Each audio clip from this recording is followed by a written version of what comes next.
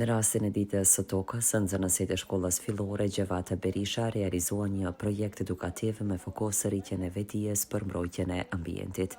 Aktiviteti u zhvillua në kuadër të lëndës së kimisë nën udhëheqjen e profesoreshës Besarta Krasniqi, me pjesëmarrje aktive të nxënësve të klasave të 7, të 8 dhe të 9.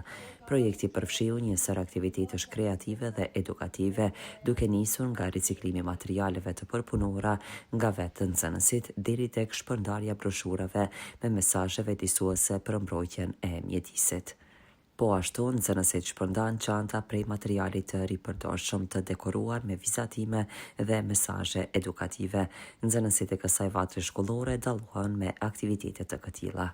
Po ashtu ne mund të mbrojmë tokën me veprime të vogla, si mos hedhja e mbeturinave në natyrë, riciklimi i materialeve, kursimi i ujit dhe energjisë e tjerë.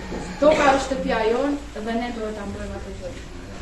Ne kemi vendosur që ujrat i marrim të qelçit për shkak të pastrimit të tokës, sepse përdorimi i plastikës mund të shkaktojë më shumë dotje në natyrë dhe na çon deri tek tërtimi i tokës.